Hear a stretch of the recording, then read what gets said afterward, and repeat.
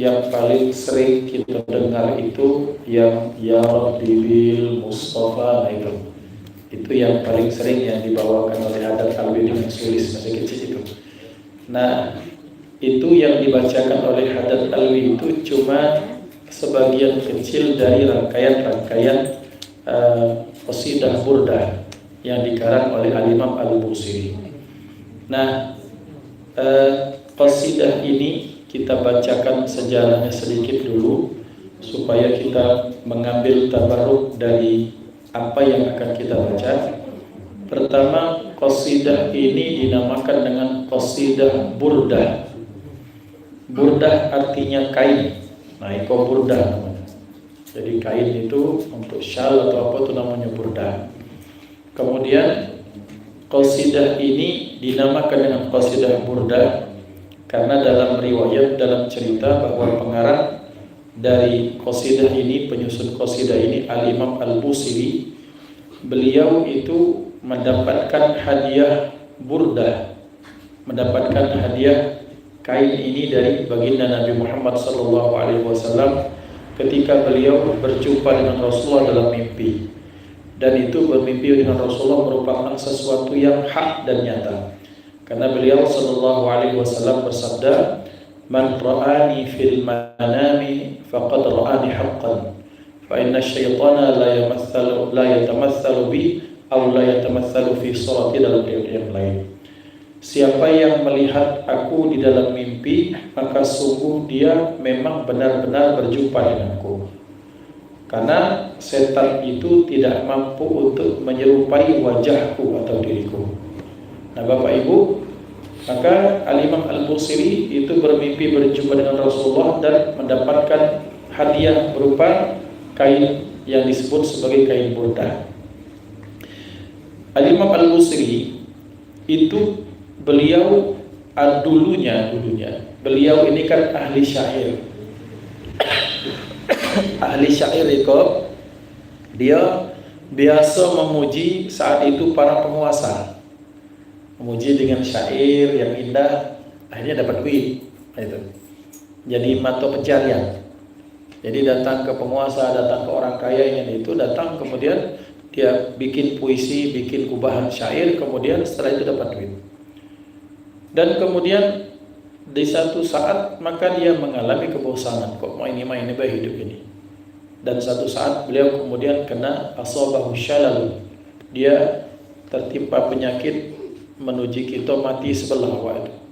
Akhirnya terkapar, tak baca ngapung-ngapung. Nah di saat itulah kemudian beliau berazam, bernazar dalam hatinya, ya Rabb, kalau aku sembuh dari penyakitku itu, aku nak buat, pertama aku akan taubat dari pekerjaanku yang dulu. Yang kedua kemudian aku akan membuat syair yang khusus untuk memuji baginda Nabi Muhammad SAW. Maka kemudian sampailah di mana ketika beliau berjumpa dengan Rasulullah di dalam mimpi, dan kemudian Rasulullah memegang bagian tubuhnya yang sakit, dan besok ketika beliau bangun dari tidur sudah sembuh. Orang sakit kemudian sembuh dalam bahasa Arab namanya bur'ah. Maka qasidah ini selain qasidah burdah, qasidah ini, syair ini dinamakan dengan qasidah bur'ah. Bur'ah artinya sembuh dari penyakit. Maka jadi kalau ada yang mengatakan dua versi, ada yang bur'ah, ada yang burdah, tetap sama baik, bahwa qasidahnya itu juga. Dan qasidah ini termasuk qasidah yang paling banyak dilantunkan di seluruh dunia. Yang ini kemarin kita lagi ijazahnya belum sama Syekh Ashmawi dari Mesir kemarin, sholawat bel. Nah tapi beliau mengizinkan kita untuk membaca qasidah burdah ini, disebutkan kepada beliau karena kita sudah diijazahkan secara umum untuk membaca qasidah burdah. Karena ketika beliau menyampaikan ijazah dari qasidah burdah ini, beliau itu memberikan ijazahnya di majelis kita di Palembang, di rumah. Waktu itu Kak Abus hadir ya. Nah, jadi Kak Abus sudah dapat ijazah. Jadi kalau nak minta ijazah dari Kak Abus ya, pokoknya tak terkena beras puluh tuh kira-kira. Nah, Bapak Ibu dimuliakan Allah, untuk itu mari kita berkirim surat Al-Fatihah kepada Imam Al-Busiri, kepada guru beliau, kepada murid-murid beliau, dan kepada Rasulullah SAW, dan yang ijazahkan qasidah burdah ini kepada kita. Yang pertama, Syekhna Maulana Profesor Dr. Ibrahim Al-Ashmawi dari Tonto, Mesir. Kemudian yang kedua, guru kami Kiai Haji Khairul Anam, mudir Pondok Pesantren Al-Istiqomah Cukir di Jombang, dan guru-guru masyayikh kita yang lain. Syai'unillahi lahum al-Fatihah. A'udzubillahi minasyaitonir rajim. Bismillahirrahmanirrahim. Alhamdulillahi rabbil alamin arrahmanir rahim maliki yaumiddin. Iyyaka na'budu wa iyyaka nasta'in. Ihdinas siratal mustaqim. Siratal ladzina an'amta 'alaihim ghairil maghdubi 'alaihim waladdallin. Amin. Bapak Ibu dimuliakan Allah, di tangan kita masing-masing sudah ada bukunya. Cuman ini tak ada menjauh minjami. Ya, jika bagus terus balikan jika sudah ini. Jadi kaget, insya Allah pekan akan yang 2 minggu yang akan datang, mudah-mudahan kita sudah ada kitabnya, nanti akan kami carikan insya Allah. Nah Bapak Ibu, qasidah burdah ini terdiri dari 10 pasal.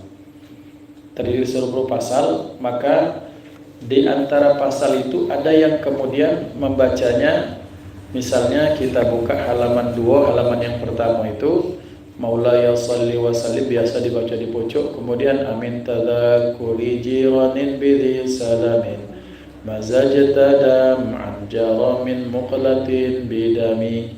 Ada yang langsung baca Maulaya salli. Nah kita karena kalau itu waktunya jadi lama, jadi kita baca per 4 bait. Jadi amin tadakuri mazajta, yang ketiga amhabatir rihu, kemudian wa au madal barku. Setelah itu fi dhalma'i min idami, baru maulaya salli wa sallim itu. Jadi 4 baris. Setelah 4 baris baru kita baca ke pojok lagi maulaya salli. Nah ini insyaallah malam hari ini kita tabarruk. Jadi insyaallah mulai malam ini dan berikutnya pengajian kita akan awali dengan membaca qasidah burdah sepasal atau 2 pasal. Kaget lama-lama sudah tuh ya tamat 10 pasal sampai berikutnya. Saya akan mulai dari membacakan innallaha wa malaikatahu yusholluna 'alan nabiy ayyuhalladzina amanu shallu 'alaihi wa sallimu taslima. Allahumma shalli wa sallim wa barik alaihi wa ala alihi, baru kita baca maulaya shalli, dan kita akan bacakan lambat-lambat supaya satu kita terbiasa macanya, yang sudah terbiasa baca macanya santai, kemudian supaya lebih mengena zauknya, perasaannya, feelingnya kita dapat. Ya. A'udzu billahi minasyaitonir rajim. Bismillahirrahmanirrahim. Innallaha wa malaikatahu yusholluna 'alan nabiy. Ya ayyuhalladzina amanu sallu 'alaihi wa sallimu taslima. Allahumma salli wa sallim wa barik 'alaihi wa 'ala alihi. Pertama, kami akan baca maulaya salli wa sallim daiman abadan ala habibikal khairul khalqi kullihim. Setelah itu kita berjamaah bacanya sama-sama, baru kita setelah itu bersama-sama bacanya amin tadakuri jiranin. Maulaya salli wa sallim daiman abadan ala habibika khairil khalqi kullihim. Maulaya sama-sama sallim daiman abadan ala habibika khairil khalqi kullihim. Amin tadhakuri jiranin bidhi salamin mazajta dam'an jaramin muqlatin bidami amhabbatir rihu min tilqa'i kadhim ظلمات وأومض البرق في الظلماء من إضام مولاي صل وسلم دائما أبدا على حبيبك خير الخلق كلهم فما لعينيك إن قلت كفوفا همات وما لقلبك إن قلت استفيق يهيمي أيحسب صب أن الحب منكتم ما بين منسجم منه ومضطرم مولاي صل وسلم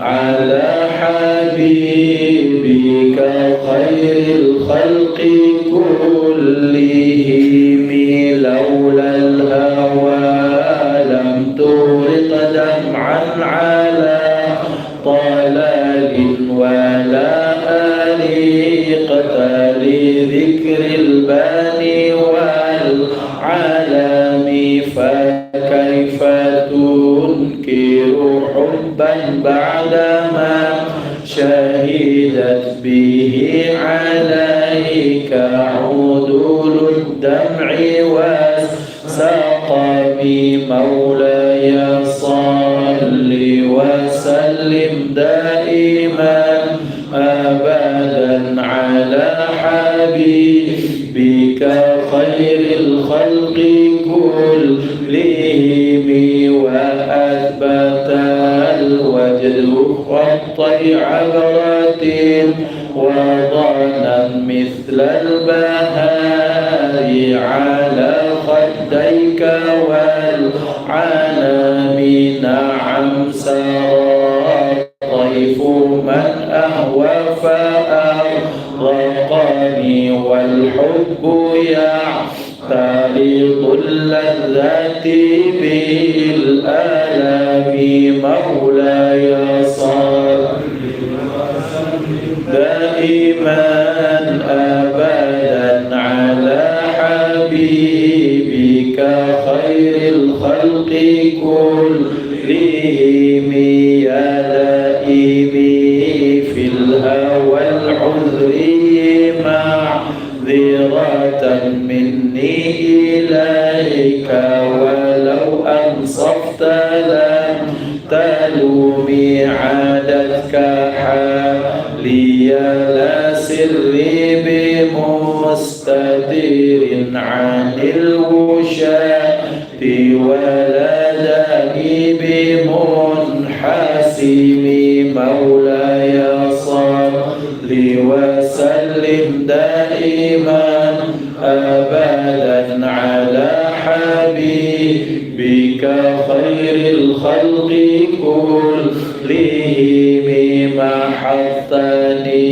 النصح لكن لست أسمعه إن المحب عن العذال في صمامي إني اتهمت نصيح الشيب في عذالي والشيب أبعد في نصح عنيد تهامي مولاي صل وسلم دائما على حبيبك خير الخلق كلهم فإن أمارتي بالسوء ما تعرض من جهلها بنذير الشيب والهرم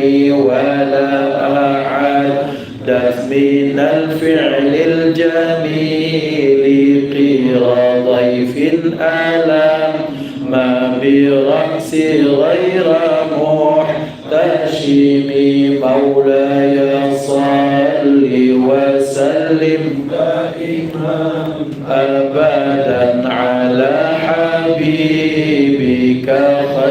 الخلق كلهم لو كنت أعلم أني ما أوقره كتمت سرا بدلي منه بالكتم من لي برد جماح من روايتها كما يراد جماح الخيل باللجوم مولاي صل وسلم دائما أبدا على حبيبك خير الخلق كلهم فلا تروم بالمعاصي كسر شهوتها إن الطعام ما يقوي شهوة النهيم والنفس كالطفل إن تهمله شاب على حب الرضاع وإن تفطمه ينفطم مولاي صل وسلم دائما أبدا على حبيبك خير الخلق كلهم فاصرف هواها وحاذر أن توليه إن الهوى يصيمي وراعيها وهي في الأعمال سائمة وإن هي رحلة المرعى فلا تسيمي مولاي صل وسلم دائما أبدا على حبيبك خير الخلق كلهم كم حسنت لذة للمرء قاتلة من حيث لا يدري أن السم في الدسم واخشى الدسائس من جوع ومن شبع فربما شر من النخم مولاي صل دائما أبدا على حبيبك خير الخلق كلهم واستفرغ الدمع من عين قديم تلأت من المحارم والزم حمية ندم وخالف النفس والشيطان وعصيهما وإنهما محضك النصح فاتهم مولاي صل وسلم دائما أبدا على حبيبك خير الخلق كلهم ولا تطيع منهما خصما ولا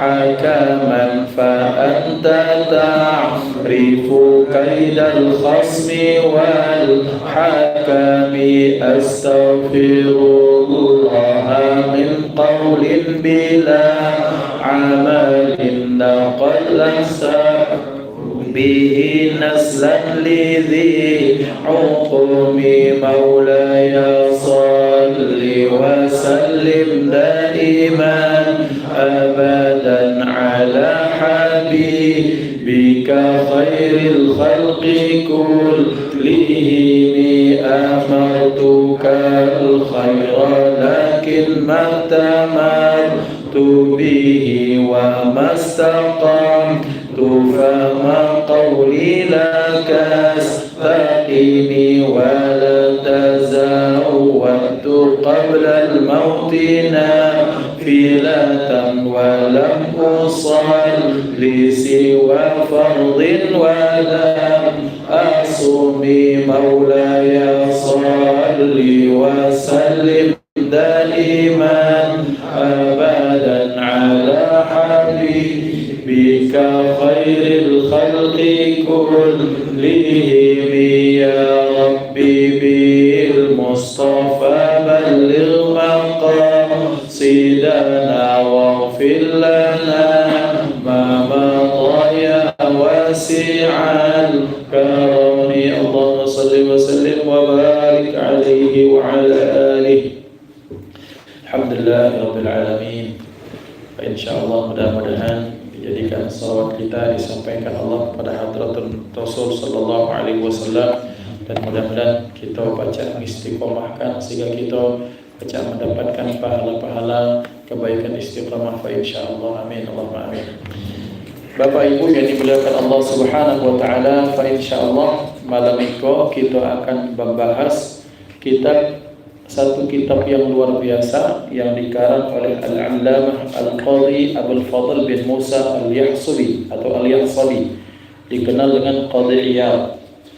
Al-Imam Al-Qadhi Iyad ini termasuk qadhi, hakim agung, hakim besar yang beliau memutuskan banyak perkara, dan beliau ini mengarang satu kitab yang dikatakan ulama la yastaghnil muslimu anhu.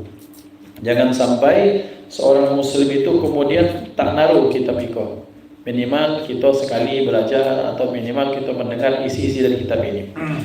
Nah, kitab ini termasuklah kitab yang direkomendasikan, dikatakan ulama kalau nak solawat jangan sampai tak terkenang maco atau ada kitab burdah yang kita baca. Dan kalau ingin melihat karakter kepribadian sosok Nabi Muhammad sallallahu alaihi wasallam, maka jangan tak terkenang, minimal kita belajar mendengar kitab yang akan kita bahas ini. Sebagaimana kalau pengen ada bentuk sholawat yang biasa diwiridkan, maka kita jangan sampai tak pernah maco, minimal sekali jadilah. Itu kitab Dalailul Khairat. Jadi kitab Dalailul Khairat, kitab Qasidah Burdah, kemudian kitab Iko merupakan kitab trio kitab, 3 kitab yang mestinya seorang muslim itu ada dan membaca, syukur-syukur mengamalkan secara istiqamah. Nah, Bapak Ibu dimuliakan Allah, apa nama kitab Iko? Kitab Iko namanya Asy-Syifa bi Ta'rifi Huquqil Mustafa sallallahu alaihi wasallam. Kitab Iko lebih dikenal dengan kitab Asy-Syifa. Asy-Syifa itu penyembuh atau penawar hati yang luka. Asy-Syifa bi Ta'rifi Huquqil Mustafa. Kitab ini nama dengan Asy-Syifa, penyembuh dengan mengenalkan kepada kita apa hak-hak Al-Mustafa Nabi Muhammad sallallahu alaihi wasallam. Maka para ulama banyak sekali memuji kitab ini, dinyatakan bahwa kitab ini merupakan kitab yang menggambarkan, mendeskripsikan, menceritakan baginda Nabi Muhammad sallallahu alaihi wasallam dengan bahasa yang indah, dengan riwayat-riwayat yang kuat, dan menunjukkan bahwa yang mengarang kitab Iko termasuk orang yang sangat cinta dengan Nabi Muhammad sallallahu alaihi wasallam. Mengapa kita harus belajar kitab seperti ini? Jawabannya salah satunya adalah supaya kita bisa mewariskan kepada anak cucu kita cinta kepada Nabi Muhammad sallallahu alaihi wasallam. Bapak Ibu yang dimuliakan Allah, beliau sallallahu alaihi wasallam bersabda, "Allimu auladakum ala thalathi khisalin." Ajarkan kepada anak-anak kalian 3 perkara. Apa? Yang pertama hubbi nabiyikum. Yang pertama cinta nabi kalian. Wa hubbi ahli baitih, yang kedua cinta keluarga Nabi.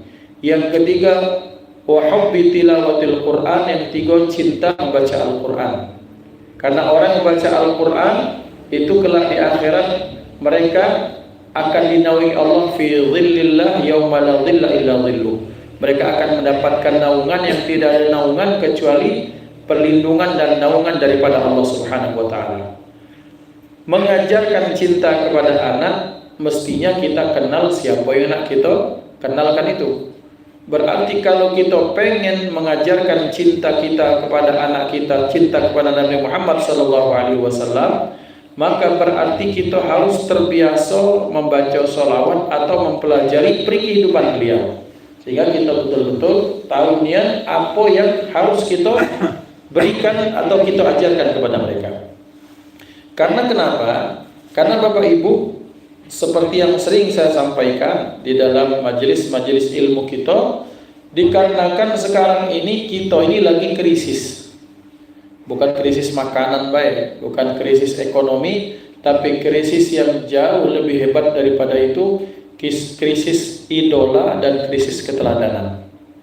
Bahwa sekarang anak-anak kita lebih kenal artis di luar dibandingkan dengan siapa nama sahabat Rasulullah. Mereka lebih hafal dengan siapa fulanah betina itu dari mana, kemudian tingginya berapa, berat badannya berapa, kemudian kehobian idolanya itu apa, dibandingkan dengan mengenal Siti Fatimah radhiyallahu taala anha. Maka kita harus berjuang untuk menyelamatkan anak keturunan kita.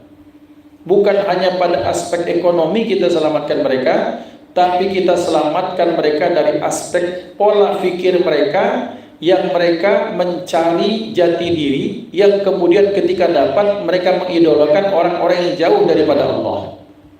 Takutnya ketika 20-40 tahun ke depan, ketika mereka sudah jadi orang tua, mereka mengenalkan orang-orang yang jauh daripada Allah kepada anak-anaknya. Nah, berarti apa tugas kita? Tugas kita mengenalkan baginda Nabi Muhammad sallallahu alaihi wasallam kepada diri kita sendiri maupun anak keturunan kita. Nah, kita akan mengambil beberapa poin yang ini akan menceritakan tentang betapa dahsyat dan hebatnya baginda Nabi Muhammad sallallahu alaihi wasallam yang baca kita ambil dari kitab Asy-Syifa ini. Biidznillah. Bismillahirrahmanirrahim. Qala al-muallif rahimahullahu ta'ala wa nafa'ana bi'ulumihi fid dharain amin.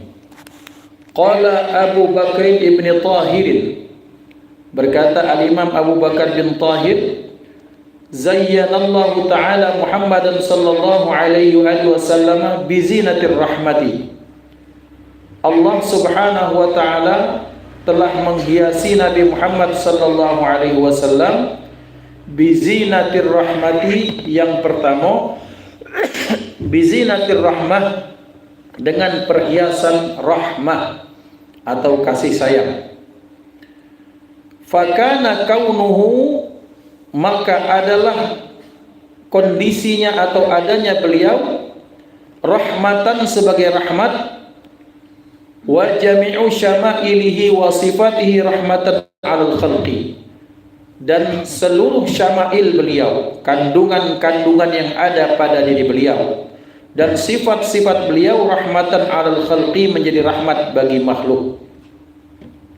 Faman asabahu syai'un min rahmatihi, maka siapa saja yang dia dikenakan atau ditimpa oleh sedikit saja bagian dari rahmat itu, fahuwan naji fid daraini min kulli makruhin, maka niscaya orang tersebut yang dapat bagian dari rahmat Rasulullah itu menjadi selamat di dua kampung, dunia dan akhirat, min kulli makruhin, dari segala hal yang tak mengenakkan.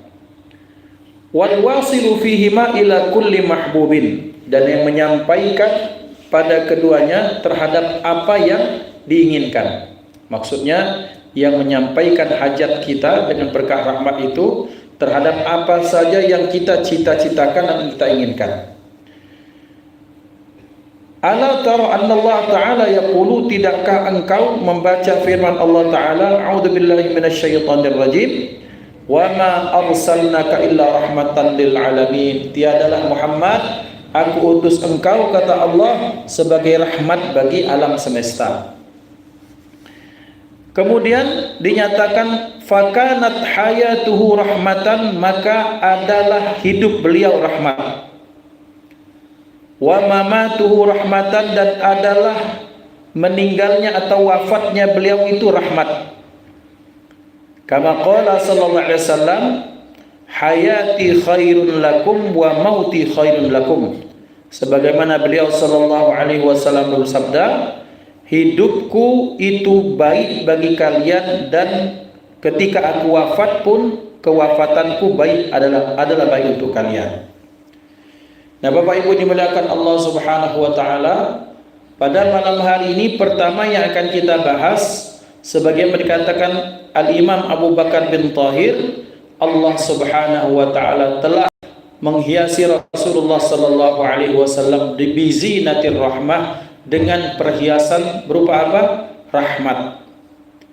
Maka apapun yang ada pada Rasulullah sallallahu alaihi wasallam menjadi rahmat.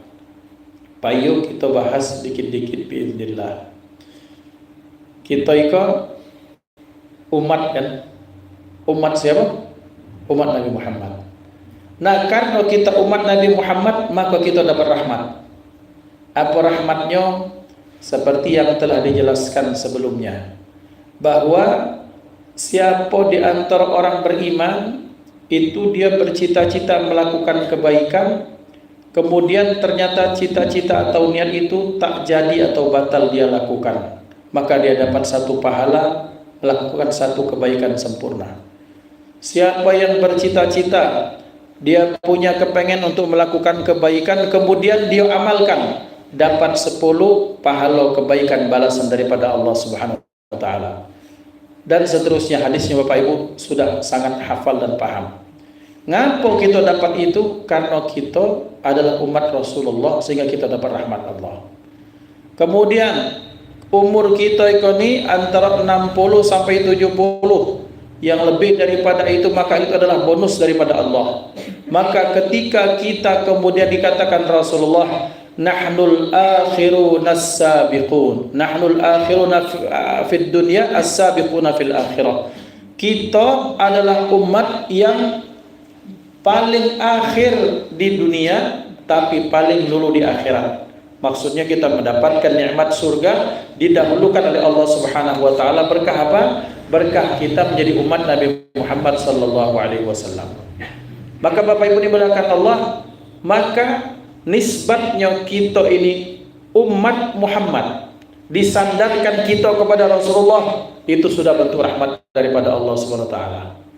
Maka berarti apapun yang dinisbatkan kepada Rasulullah, maka itu menjadi rahmat bagi siapapun. Dan kalau orang tersebut sudah dapat rahmat, satu, maka dia akan mendapatkan keselamatan dunia dan akhirat. Yang kedua, banyak kondisi di mana hajat-hajatnya, keinginan-keinginannya disampaikan Allah Subhanahu wa taala. Nah, berarti Bapak Ibu, Nabi Muhammad iko anggaplah seperti bola atau seperti satu butir berlian, maka setiap sisi kehidupan beliau, badannya ada rahmat, senyumnya ada rahmat, ilmunya jadi rahmat, nasihat beliau jadi rahmat, hidup beliau jadi rahmat, mati beliau jadi rahmat, bahkan makam beliau jadi rahmat. Jadi tidak ada pada sisi Rasulullah yang sia-sia, semuanya baik. Maka kalau kita kemudian menyandarkan kita kepada Rasulullah, selamatlah kita. Maka Bapak Ibu dimuliakan Allah, maka dikatakan siapa yang mendapatkan, diberikan bagian dari rahmat itu, dari rahmat Allah kepada Rasulullah, kemudian diberikan kepada kita, maka kita akan dapat keselamatan dunia, akhirat, dan dikabulkan hajat kita. Maka beliau menyatakan, hayati khairun lakum wa mamati khairun lakum. Hidupku bagus, baik untuk kalian, dan matiku pun baik untuk kalian. Ketika hidup, para sahabat bisa belajar untuk ilmu. Kemudian ketika beliau kemudian sudah wafat menghadap kepada Allah, baik tidak? Baik. Berkah Rasulullah wafat, bukan ngatokan wukuf di Arafah, mabit di Muzdalifah, pelontar jumrah di Mina, kemudian tawaf di Mekah, di Masjidil Haram, tawaf wada, kemudian tahallul juga di sana, tak naruh di Madinah. Tapi ngapa kita ke Madinah? Kalaulah tidak ada orang yang jasad mulianya disimpan Allah di Madinah, maka kita tak kenal apa itu haji, apa itu umrah. Maka kita wajib datang ke Madinah, apa? Untuk uluk salam, untuk menyampaikan rasa terima kasih. Ya Rasulullah, terima kasih berkat jasamu ya Rasulullah kami jadi Islam. Karena berkah engkau ya Rasulullah kami diselamatkan dari kesesatan. Karena berkah engkau ya Rasulullah kami tahu mana halal mana haram. Berkah engkau ya Rasulullah kami sampai bisa melaksanakan haji dan umrah. Anak-anak kami salihin dan salihat, ada yang hafal Quran, ada yang kuliah kemana-mana, ada yang dia berkeluarga hidupnya tenang, sakinah, mawaddah warahmah berkat ajarmu ya Rasulullah. Maka kalaulah tidak karena beliau yang ada di Madinah, ngapain kita ke Mekah? Kira-kira kalau Nabi tak diutus, kenal kita dengan Mekah? Tak kenal. Tak kenal kita dengan Madinah. Tak kenal kita apa itu jihad, apa itu konsep Islam, tak kenal. Tapi karena Rasulullah dihadirkan Allah sebagai rahmatan lil alamin, maka kita kenal dengan kebaikan. Itu yang pertama. Maka kemudian selanjutnya, tadi kan ada ayat wa ma arsalnaka illa rahmatan lil alamin. Kata Allah menggunakan domir kata ganti untuk mengagungkan. Wa ma arsalnaka, dan tiada aku, jadi nahnu itu atau domir mutasilnya itu dikatakan oleh orang-orang Arab ahlul lughah. Pertama nahnu itu untuk mutakallim ma'al ghair, artinya kami atau kita. Tapi nahnu juga bisa pacak bermakna ana lit ta'zim. Annallaha yu'azzimu nafsahu. Allah mengagungkan dirinya dewek dengan kata-kata nahnu. Maka wa ma arsalnaka, bukan kami utus, tetapi aku yang mengagungkan diriku, kata Allah, aku yang agung engkau wahai Muhammad, mengutus engkau, tiada engkau diutus kecuali sebagai rahmat bagi alam semesta. Berpendapat Imam As-Samarqandi kemudian mentafsirkan ayat rahmatan lil alamin ku apa? Rahmatan lil alamin dikatakan Imam As-Samarqandi yakni lil jinni wal insi, untuk jin dan manusia. Itu tafsiran pertama dari kata al alamin. Ketika Allah Subhanahu wa taala berfirman, a'udzubillahi minasyaitonir rajim. Wa idh sarafna ilaika nafaran minal jinni faqalu inna sami'na qur'anan ajaba. Ketika Muhammad, ingatlah ketika kami arahkan sekelompok jin ketika engkau sedang baca Quran, kemudian jin itu lewat, kemudian mereka menyatakan, ini Quran kitab yang luar biasa yang pernah kami dengar dari zaman Musa, zaman dulu. Ngapa? Jadi Bapak Ibu, ceritanya ketika Allah Subhanahu wa taala menurunkan suratul Fatihah dalam satu riwayat, kemudian Allah memerintahkan Rasulullah untuk membaca suratul Fatihah dan kemudian mendirikan salat qiyamul lail, maka iblis itu keluar. Asyhadu anna Muhammadar Rasulullah.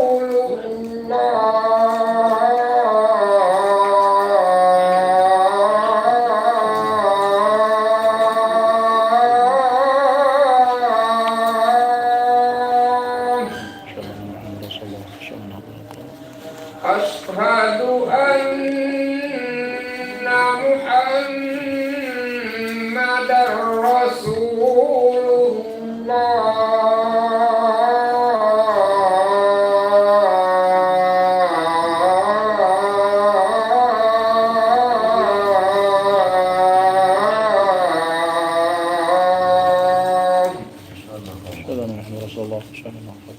Hayya 'alas shalah.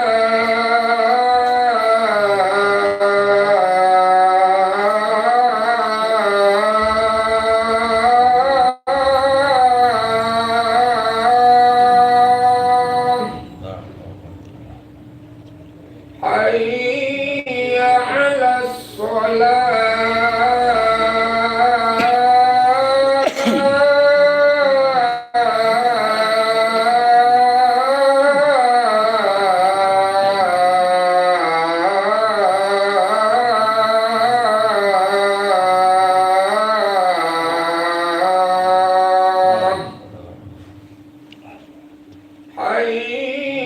على الفلاح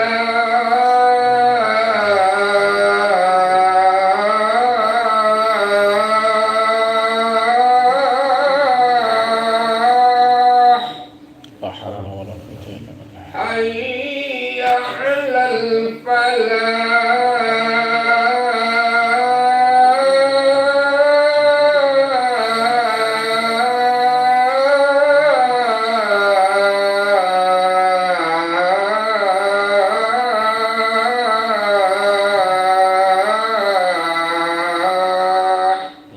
لا حول ولا قوة.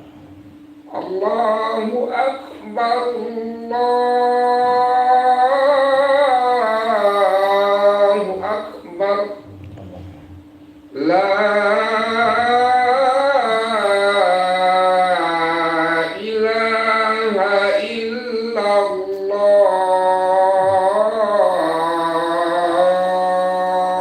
لا إله إلا الله سبحانه محمد رسول الله صلى الله عليه وسلم.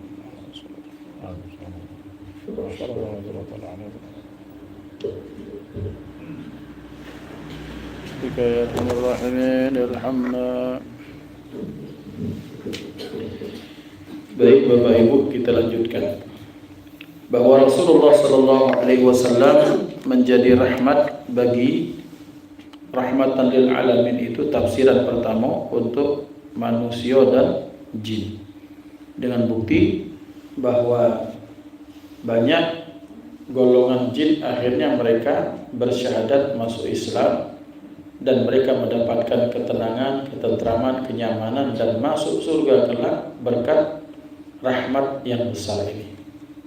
Karena ketika dinyatakan a'udzubillahi minasyaitonirrajim wa ma khalaqatul jinna wal insa illa liya'budun, tidak menciptakan jin dan manusia kecuali untuk beribadah kepada Allah. Apa makna cari ibadah? Ada aturan. Siapa yang menyampaikan aturan itu? Memberikan aturan Allah. Kepada siapa?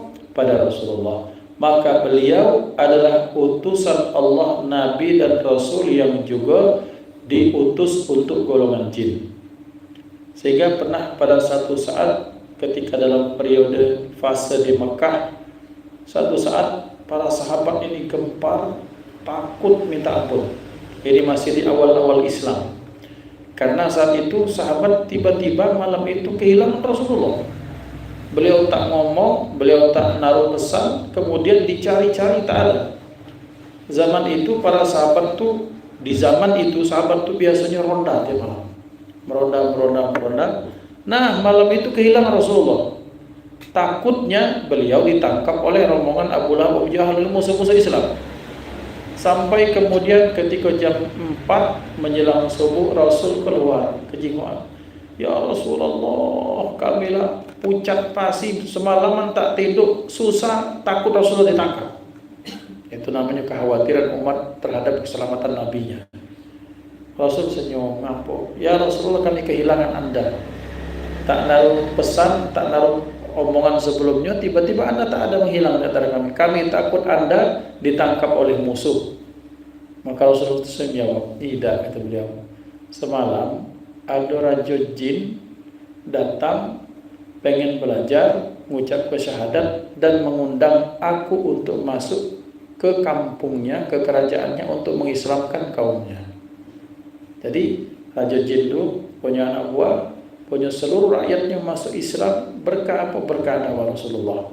Maka berarti wa ma arsalnaka ila rahmatan lil alamin, salah satunya adalah untuk manusia dan jin. Kemudian selanjutnya tafsiran yang kedua, qila li jami'il khalqi. Bahkan dikatakan rahmat itu adalah untuk seluruh makhluk. Maksudnya seluruh makhluk itu apa be? Batu, burung, hewan, tumbuhan, aras, apapun itu mereka mendapatkan rahmat daripada Allah, berkah kasih sayang Allah pada Nabi Muhammad SAW.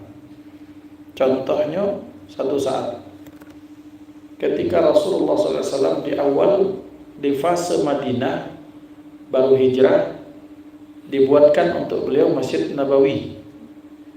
Nah, beliau khutbah itu antara dua khutbah itu kan ada duduk. Tapi beliau tidak duduk, beliau bersender. Kemana? Ke Batang Kurumo. Lama itu berjalan beberapa kali Jumatan. Kemudian sahabat terfikir, kasihan Nabi bersender terus itu. Sudahlah, kita buatkan mimbar baik. Sehingga ketika sedang khutbah beliau berdiri, setelah khutbah antara dua khutbah pacak duduk. Akhirnya dibuatkan mimbar, digotakkan tanggo, kemudian akhirnya beliau duduk. Nah, disitulah kemudian sepanjang Rasulullah khutbah itu mengingin, suara pecah budak kecil nangis. Dicari-cari di mana, ternyata muncul dari pohon kurma yang selama itu disandari oleh Rasulullah SAW.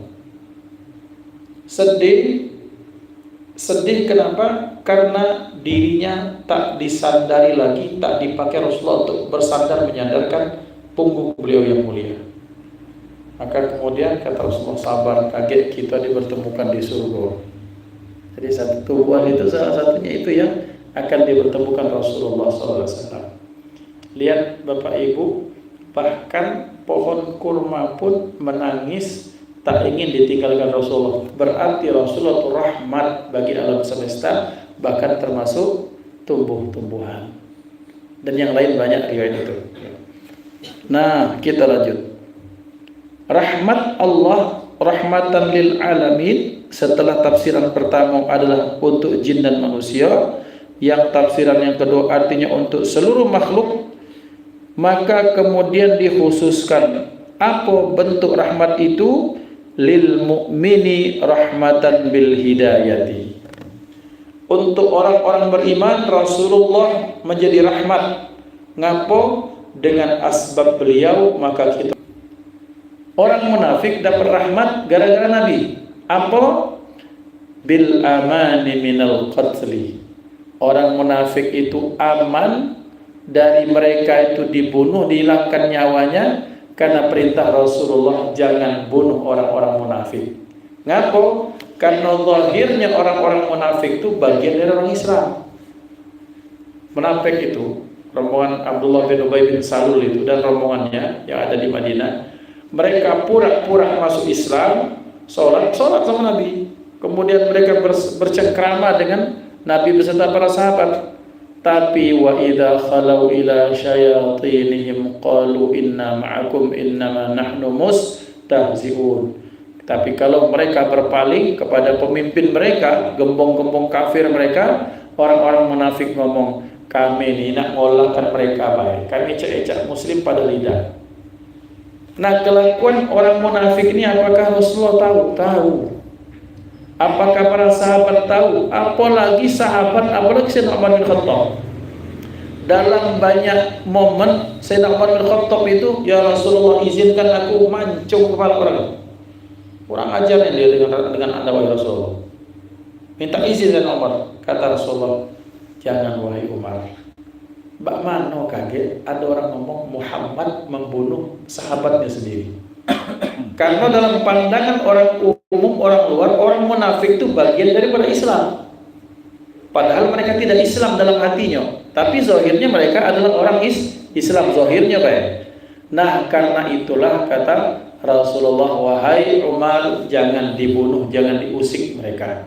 Biarkan saja, membahas kita, bacalah Allah yang ngurusi mereka.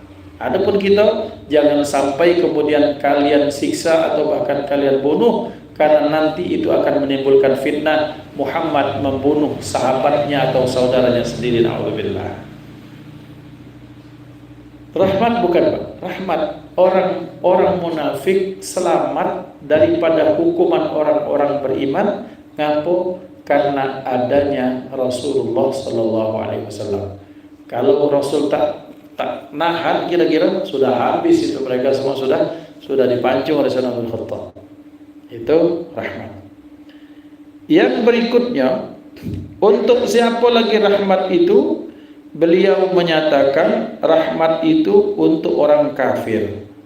Lah, orang kafir dapat rahmat gara-gara Rasulullah dapat. Jadi Nabi Muhammad sallallahu alaihi wasallam itu dapat rahmat, salah satunya rahmat itu dampaknya kepada orang kafir. Dalam bentuk apa? bitakhiril adab, dengan diakhirkannya azab untuk orang-orang kafir. Berkata Sayyidina Abdullah bin Abbas radhiyallahu anhu, Nabi Muhammad itu rahmatul lil mu'minin wal kafirin, adalah rahmat bagi orang-orang beriman juga orang-orang kafir. Id'ufu mimma asaba ghairahum minal umamil mukadzibati. Karena kenapa? Karena dengan berkah Rasulullah orang-orang kafir itu dimaafkan, tak ditimpakan azab kepada mereka karena sayangnya Allah kepada baginda Nabi Muhammad sallallahu alaihi wasallam. Maka Allah berfirman, a'udzubillahi minasyaitonirrajim, wa ma kana Allahu liyu'adzibahum wa anta fihim. Muhammad, Allah tak akan mengazab mereka selama engkau berada di tengah mereka. Jadi orang-orang kafir Quraisy, orang-orang munafik ini, mereka tahu adanya Nabi itu tak akan ada gempa bumi, tak akan ada kebakaran, tak akan ada misalnya banjir, tak akan ada apa. Ustaz, memang pacak banjir. Pernah kemarin Mekah banjir. Jeddah banyak mobil kanyot. Madinah pacak banjir. Tapi adanya Rasulullah di tengah mereka tak pernah terjadi ya wala longsor wala kejadian apa yang luar biasa. Ngapa? Karena rahmat dan cinta kasih sayangnya Allah kepada Rasulullah, sehingga orang lain termasuk orang kafir, maka mereka mendapatkan dampak. Apa dampaknya? Mereka tak diazab di dunia, ditangguhkan sampai mereka di akhirat. Dan ini kata Sayyidina Abdullah bin Abbas tak berlaku bagi orang-orang umat terdahulu. Umat terdahulu kalau mereka menentang nabinya, langsung saat itu juga ada yang kena petir, ada yang kena teriakan yang keras, ada yang kemudian faja'alna safilaha safilaha. Mereka diangkatkan gunung, dihancurkan, dibalikkan, ditimpakan kepada mereka.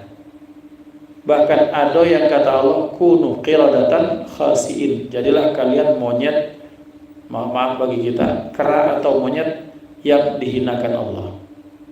Terjadi ngapo?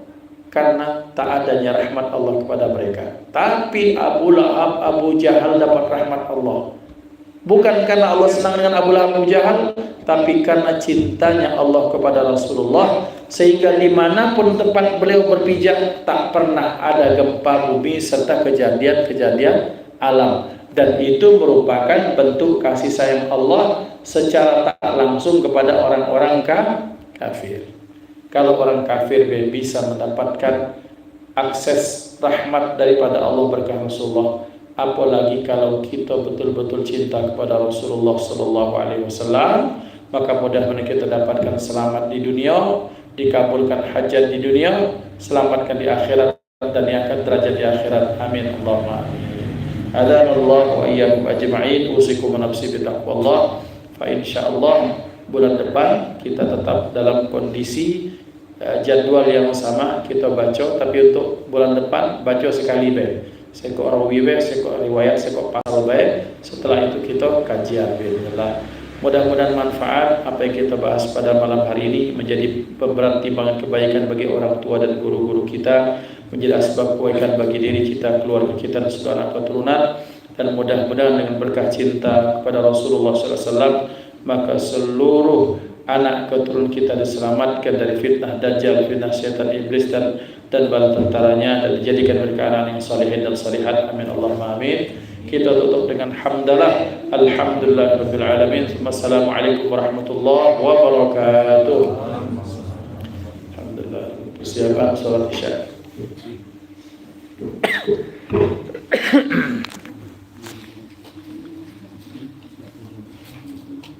Syukran.